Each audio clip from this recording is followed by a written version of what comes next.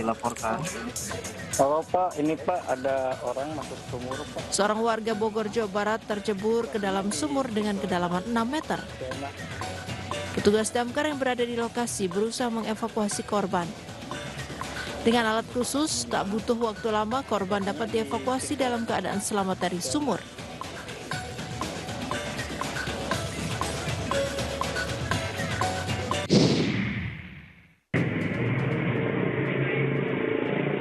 Pencurian sepeda motor di sebuah tempat permainan biliar di kawasan Sukasari, Batu Tulis, Bogor, Jawa Barat terekam CCTV.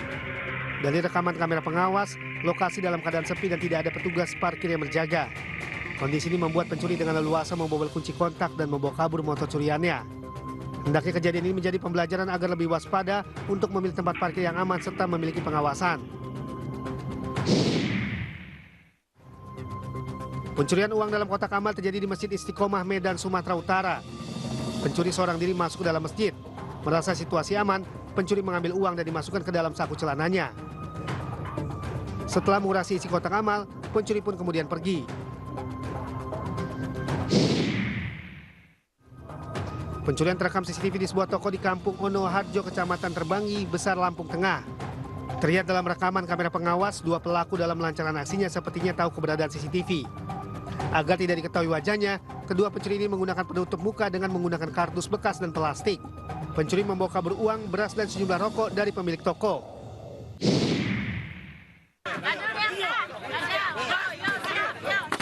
Kericuhan mewarnai penertiban pedagang kaki lima di kawasan Pasar Unit 2 Banjar Agung, Kabupaten Tulang Bawang, Lampung.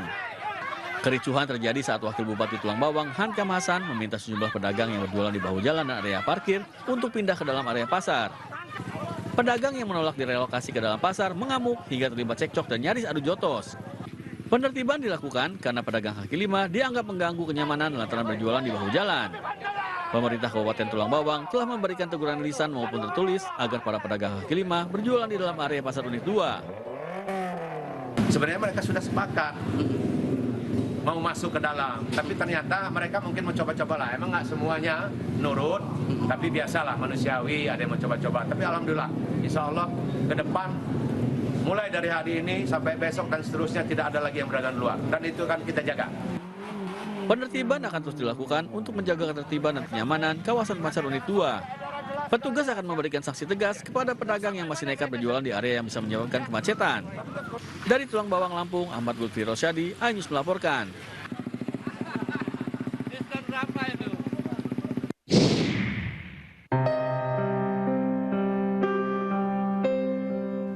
Pemimpin umat Katolik sekaligus Kepala Negara Vatikan Paus Fransiskus meninggal dunia di Vatikan, Roma pada pukul 7:35 Senin pagi waktu setempat. Paus Fransiskus mengembuskan nafas terakhir pada usia 88 tahun. Sebelumnya Paus sempat dirawat pada Februari 2025 lalu karena menderita penyakit pneumonia ganda. Dalam momen terakhirnya, Paus sempat hadir di akhir acara Misa Paskah di Vatikan. Meski tidak memimpin ibadah Misa Paskah, namun Paus hadir untuk menyapa umat Katolik dan memberikan berkat dan pesan 2 kali dalam 1 tahun yang dikenal sebagai Urbi et Orbi atau kepada kota dan dunia. Paus tidak memimpin Misa Paskah tahun ini karena atas perintah dokter yang membatasi beban kerjanya. Pesan Paskah Paus Fransiskus diwakilkan oleh Uskup Agung Gereja Katolik Diego Ravelli. Dalam pesan tersebut, Paus menyoroti konflik berlanjut antara Israel dan Palestina. Ia menyebut situasi di Gaza dramatis dan menyedihkan dan menyerukan perdamaian untuk menghentikan perang di Gaza serta membebaskan seluruh sandera. Semasa hidupnya, Paus dikenal sebagai sosok yang sederhana namun penuh makna. Ia menolak hal-hal yang eksklusif termasuk fasilitas mewah dan berlebihan.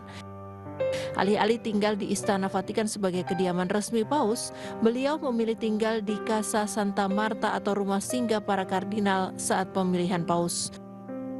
Ia juga sering mengundang masyarakat kurang mampu di hari ulang tahunnya. Saat berkunjung ke Indonesia, Paus lebih memilih menggunakan kendaraan minibus biasa, padahal mobil mewah sudah disiapkan oleh pemerintah Indonesia.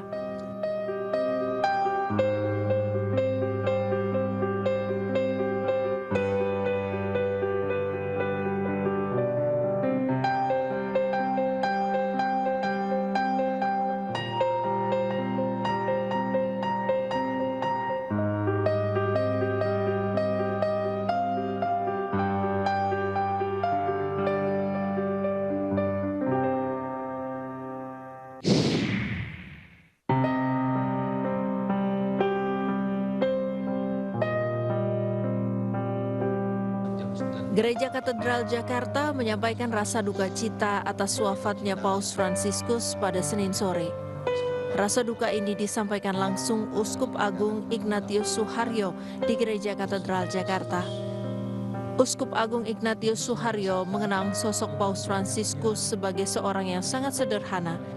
Selain itu, Uskup Agung Ignatius Suharyo juga mengenang pertemuan terakhirnya di Jakarta saat Paus Fransiskus melakukan lawatannya ke Indonesia.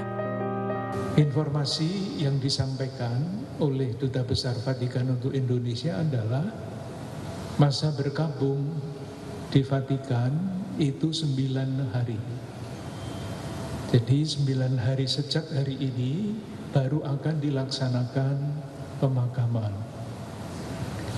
Sementara itu pemilihan paus yang baru itu mesti dilaksanakan 15 hari sesudah paus meninggal.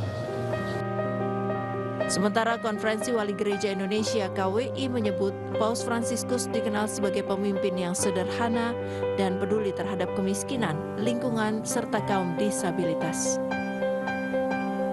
Dan saya kira bangsa Indonesia yang pernah dikunjungi oleh Paus Fransiskus pada tanggal 3 sampai 6 September yang lalu sungguh ikut berduka cita. Bismillahirrahmanirrahim. Assalamualaikum warahmatullahi wabarakatuh. Presiden Republik Indonesia Prabowo Subianto menyampaikan rasa bela sungkawa atas wafatnya Paus Fransiskus. Prabowo mengatakan dunia kehilangan sosok panutan dalam upaya-upaya mendorong perdamaian, kemanusiaan, serta persaudaraan. Pesan kesederhanaan, pluralisme, keberpihakan kepada orang miskin, dan kepedulian Sri Paus terhadap sesama akan selalu menjadi teladan bagi kita semua. Selamat jalan Sri Paus. Pesanmu untuk menjaga kemanusiaan dan perdamaian akan selalu membekas di hati kita.